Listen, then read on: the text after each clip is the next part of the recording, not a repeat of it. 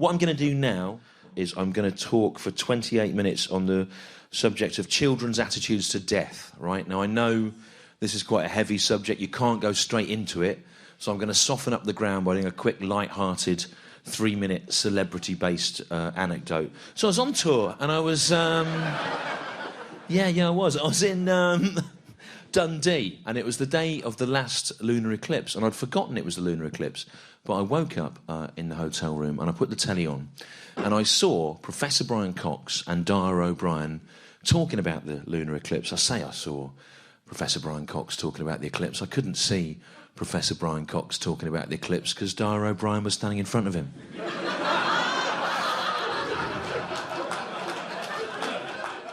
And I thought what an amazing cosmic coincidence it was that God or nature or whatever you believe in had made Dara O'Brien exactly the perfect size to completely obscure Professor Brian Cox on one day of the year only, when viewed from a particular point on a Dundee hotel bed. You must never look directly at Professor Brian Cox, of course. Always view him through a colander. So, a bit of fun, light-hearted routine, that, just to get us into the more serious material. It's not been without its problems, though, that routine. A lot of the younger comics have been in criticising it. The younger comics, they're obsessed with me, but they hate me as well. They go, I hate Stewart Lee. I've seen him 400 times. And I speak exactly like him. But, yeah, you know you are. But but no, they've been going on about that routine on the Twitter. Apparently, the problem with that routine is it's not scientifically accurate. Yeah, I know. Well, it isn't. But actually, it isn't, because the way an eclipse works, if you think about it, is that it's not like in that joke. The way an eclipse works is that the larger body is obscured, isn't it, temporarily, by the smaller body, because the smaller body is sort of closer to our point of view on the Earth. So it's fair point. The way that routine should work, if it was scientifically accurate, is like this. So I was in Dundee, and I woke up on the day of the eclipse, and I saw Professor Brian Cox and Dara O'Brien talking about the eclipse. I saw Dara O'Brien talking about the eclipse. I couldn't see Dara O'Brien talking about the eclipse because Professor Brian Cox was standing in front of him. Yeah, it's not as funny, is it? It's not as funny. And that's why I wrote it the way round that I did. So I woke up in Dundee on the day of the eclipse, and I walked down to the River Tay, and I stood on a bridge over the River Tay in Dundee, looking at the eclipse and thinking about time and eternity and how insignificant human life is. Not just in Dundee.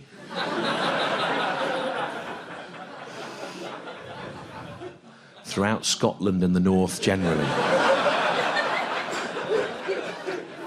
Don't write in. But I think the first time that most of us learn about death is from the death of a pet, such as a goldfish, and conventional wisdom says this helps prepare us for the death later on of a relative, such as a grandmother, particularly if our grandmother dies having been scooped out of an ornamental fish pond, tossed high in the air and left to expire on the lawn. We warned Gran about taunting that cat. Yeah, a bit of fun in it, that joke, a bit of light-hearted fun, easing us into the more serious body of the main routine. Again, not without its problems. A lot of the younger comics have been in criticising that routine. They hate me, but they're obsessed with me, the younger comics. And the problem with that routine, I read on Facebook, is they're going, if Stewart Lee, if his grandmother is a goldfish, as he claims, then why does he himself not display any goldfish characteristics, such as fins or scales? And the reason for that is because I'm adopted, right? Yeah. But I don't like to make a big deal about it, right? I was adopted by goldfish, which I don't have the physical characteristics of goldfish. Although, weirdly, I have always chosen to reproduce by releasing my semen directly into fresh water. It's the old nature-nurture argument.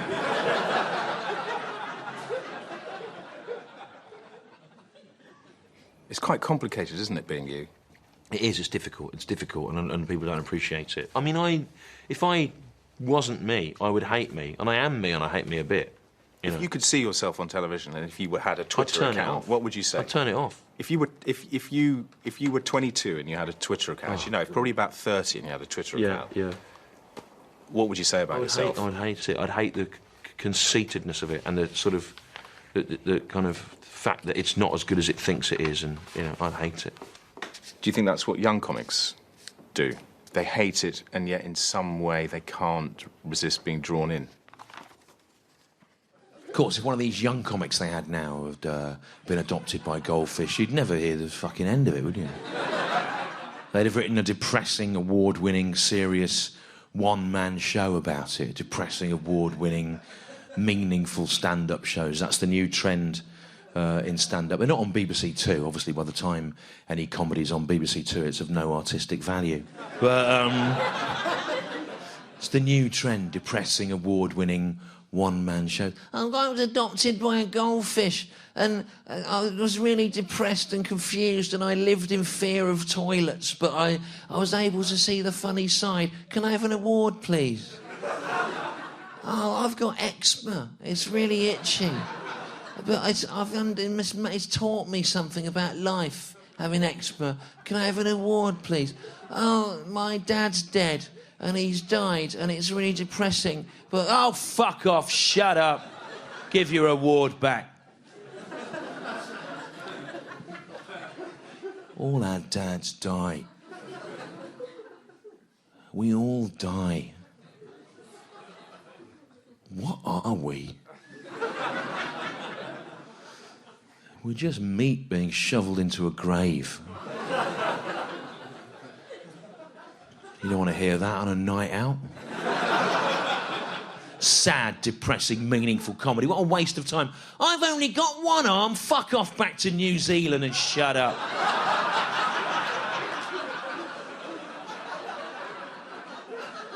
I could do a sad, meaningful, award-winning comedy show. Loads of terrible things have happened to me. I'm deaf. 65,000 born-again Christians tried to send me to prison. I've got irritable bowel syndrome. Could do a show about that, couldn't I? Oh, I've got irritable bowel syndrome, but as long as I avoid carbonated drinks, it's not too bad. It's not worse. I could do a sad, meaningful, depressing stand-up show, but I'm not going to, because I've got some dignity and some self-respect, and I think some things should remain private and are not a fit subject for comedy unless there's the possibility of broadsheet newspaper coverage and broadcaster interest.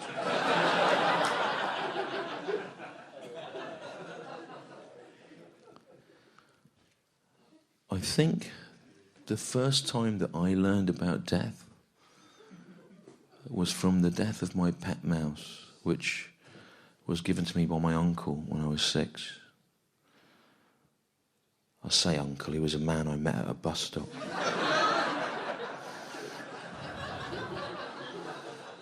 But he said he was my uncle.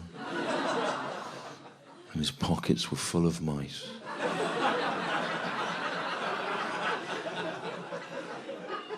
At least he said they were mice. I mean, they squeaked. But, I love that mouse. And I as a child, I sort of imagined the mouse had some kind of relationship with me. This is a extract from my childhood diary, 1976. I was 8 years old. Mum and I are a single-parent family now. Not that that matters. Because every night after school, I tell my mouse about my day, my worries and my concerns. And he lies on the floor, scratching and eating and making smells. And then he turns his back on me and goes off and urinates in the corner. It's just like before Dad left.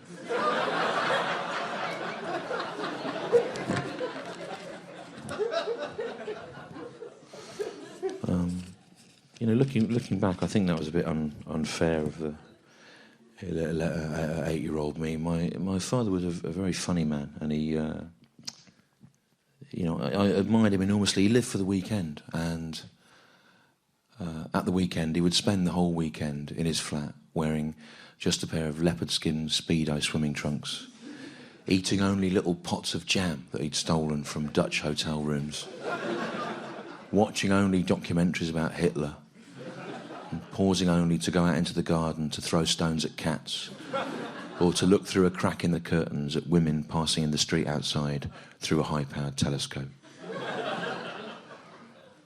As a younger man, I wondered if my father had been truly happy. And now, as a middle-aged man, I realise he was happier than I will ever be.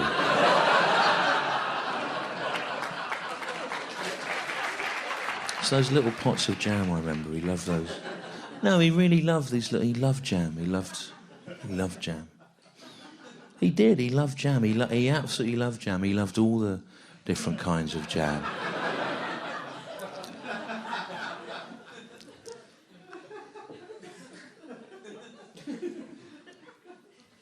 Plain.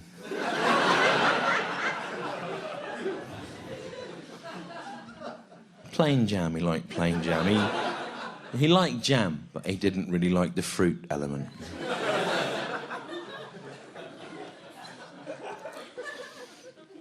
Yeah. The whole programme really comes across as a sort of desperate attempt to convince people that you're a genius, when you're not, really. You're a sort of cross between a reasonably intelligent person and an idiot. Yeah, it's a comedy about a man who would like to be thought of as a genius, but isn't. And I'm aware of that. I think that even applies to these interview bits. I mean, they're annoying.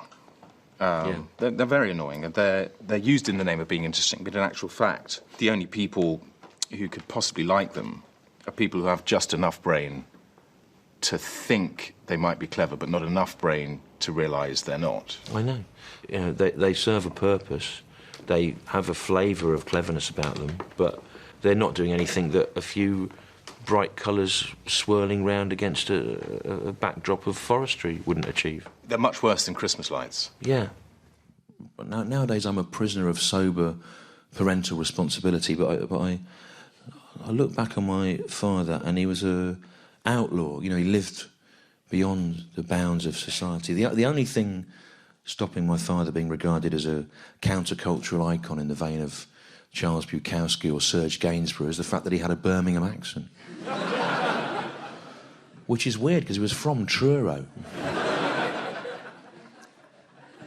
OK, they're laughing at that. Do you think that's all right, that joke? I don't know. Because it's get laughs, but it sort of breaks the truth of the story, doesn't it? Do you know what I mean? I think the thing is, when you're doing sort of serious kind of confessional-based stand-up that's about something, I think you've got to put little light-hearted moments like that in.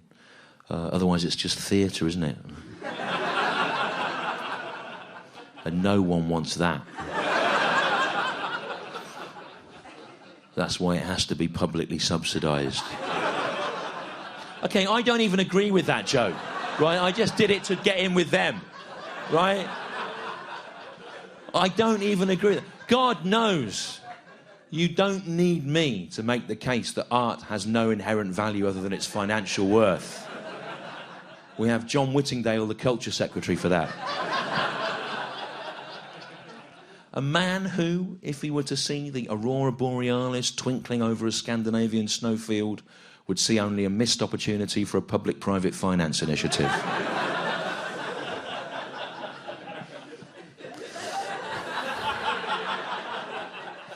Lot of non-movers in the room there. See that? Kind of, I can see along the back there, sort of. I don't need to be regarded with suspicion by members of my own audience for that joke, because I can go home and I can go on Twitter and I can see all the young comics. They hate me, but they're kind of obsessed with me, and they've been in live and seen that. And they go, "Oh, he's lost it. It's really embarrassing. He's virtually dead. He's fucked. He's doing this joke about the public-private finance initiative is absolutely meaningless, and it's not funny, and it's not even a proper joke. And whatever you think of it, it is a proper joke. That you may not find it funny, but it is a proper joke. That joke, it is, because it has the structure and rhythm of a joke. So therefore, it is a joke. It is. It goes na na na na na na na na na na na na na na na public-private finance initiative. Right? That is a joke. See, that's how a joke works. That's getting applause, right? What they mean when they go, "Oh, he's lost it," he's got. They mean it's not about living in a flat or something like that. It's about. I'm trying to do as usual, right? I'm about 7 years ahead of the curve, right? And the problem with being 7 years ahead of the curve is by the time everyone else has caught up with you, they've forgotten that you did it in the first place. It's better to be about 3 years ahead of the curve. And I'm trying to, as usual, I'm trying to take the form of this and do something with it, right? Take it something it's not been. I'm using the shape of jokes, but I'm trying to use them not as an obsolete joke dying figure, but as someone trying to strike at the very heart of the moral bankruptcy behind the free market philosophy, right? Yeah, and you're not going to see that on Comedy Central. And if you do, which you won't, it'll be coming out of the mouth of a 30-something wannabe panel show team captain unconsciously plagiarising me as part of an unacknowledged Oedipal struggle. Of which there can only be one winner. A 47-year-old man with irritable bowel syndrome. There's a joke about the Culture Secretary, John Whittingdale, being such a Philistine that if he saw the Northern Lights, he'd think, there's a missed opportunity for a public-private finance initiative. Yeah. Yeah, that's the joke, isn't it? I know, yeah. However, it doesn't make any sense. No, I know that. And I kept thinking, I must change that. Then the next thing I knew, I was on stage saying it, and it was too late, and it had been filmed, and... Well, what the hell? I mean... I know, it's a piece of utter just bullshit, the whole thing. And then it goes back into this other thing about... It's infuriating. I mean, it's absolutely infuriating. I know it is. Don't think I'm not ashamed of it. I did a thing, it was rubbish. I meant to sort it out, I couldn't. So I instead wrote another bit where it gave the impression that it was supposed to be rubbish anyway. You know what? That's what I do, right? And I'm aware of it. I'm aware of the hypocrisy of it, the repetitive nature of it, and the fact that it's a one-size-fits-all escape route for any error and failure and lack of effort. And I feel...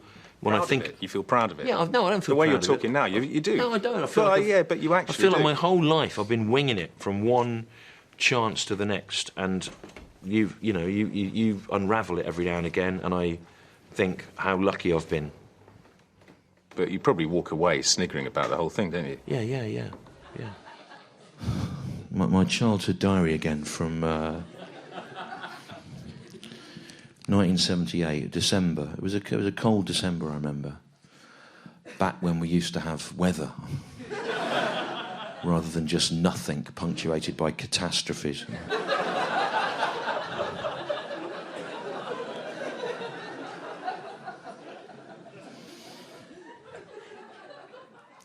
Today, I came home from school, let myself in with the key from under the flower pot, and I saw that the mouse was obviously dead.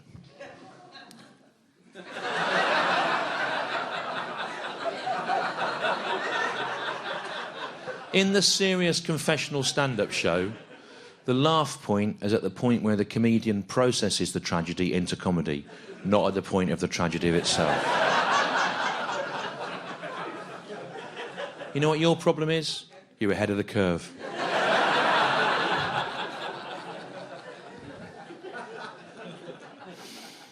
There was blood in the mouse's mouth, and his neck had got twisted as he tried to bite his way through a bar of his cage.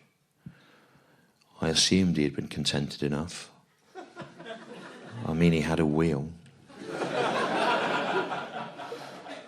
But it appears my mouse had been so depressed that he had killed himself while trying to escape. Sometimes I wonder, how well can we ever really say we know anyone? Very wise little boy. You know, now I'm older, I wonder, is that what gets us all in the end, you know, a slow, creeping realisation of the sheer pointlessness of existence? Run, run, run on your wheel, on your treadmill, but you can never outrun death. Unsurprisingly, my pitch for the Fitness First advertising account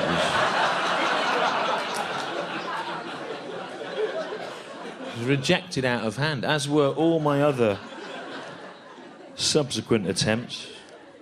Fitness First. Run, jump, swim, cycle, die. Fitness First, postponing the inevitable since 1993. Fitness First, a series of increasingly futile gestures in the laughing face of mortality.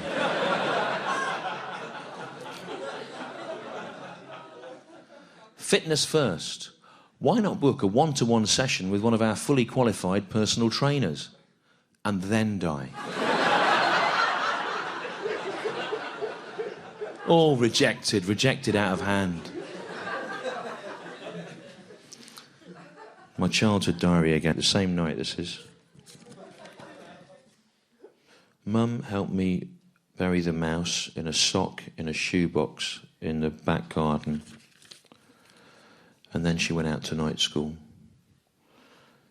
When my mum came home, she said a woman at college had told her that mice hibernate. I know, they don't, do they? They don't hibernate. But, you know, I always admired that about her, her hope in, you know. And my mum insisted we dig up the mouse's now damp and frozen body, hang the mouse in a sock in the cupboard, stick some brandy into the mouse's clearly dead, blood-filled mouth, and blow-dry him with a hairdryer. And I remember the mouse's fur all sort of fluffed up around his neck, like a weird kind of ruff or sort of long hair, kind of weird collar thing. And it had the strange effect of making the mouse look exactly like Dave Hill from Slade. The dead mouse looked exactly like Dave Hill from Slade if Dave Hill from Slade had been dressed up in a full-size mouse costume, hung up in a massive sock, blow-dried with a giant blow-dryer, and had had a weird mixture of blood and brandy pouring out of his mouth. A situation which, I now learn, given the now well-documented excesses of the glam rock era, Dave Hill from Slade enjoyed backstage on a number of occasions.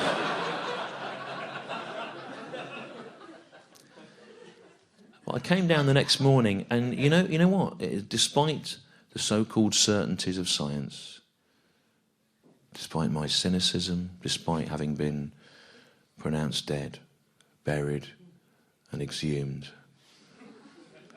hung in a sock, blow-dried, fed brandy, until he looked like Dave Hill from Slade. That little mouse, which I had cherished, which had been in almost like a father substitute to me, was obviously fucking dead. Wasn't it? Obviously dead.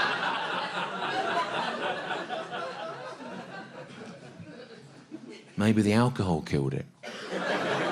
Maybe it was hibernating and it came round and then died from alcohol poisoning. We'll never know.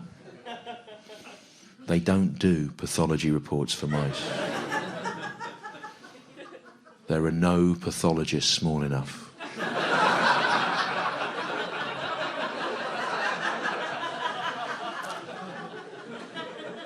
There are no nanopathologists. No nano.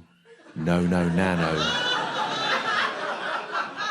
No nanopathologists. I'll tell you why I've done that, right? A lot of the kids, they've been on the internet and they're going, oh, he's lost it, he's blown it. You know, he's so dead and old. His idea of a pop cultural reference is Slade from the 70s, right? So I'll put that in to try and bring it up to date. You know, no limits,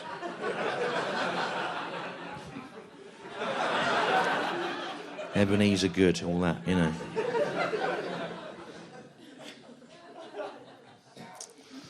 But it was a school day. We were already running late, and there simply wasn't time to rebury the mouse with full ceremony in the garden. And so my mum took the lifeless body of my mouse, my best friend, my confidant. She just threw it in the bin.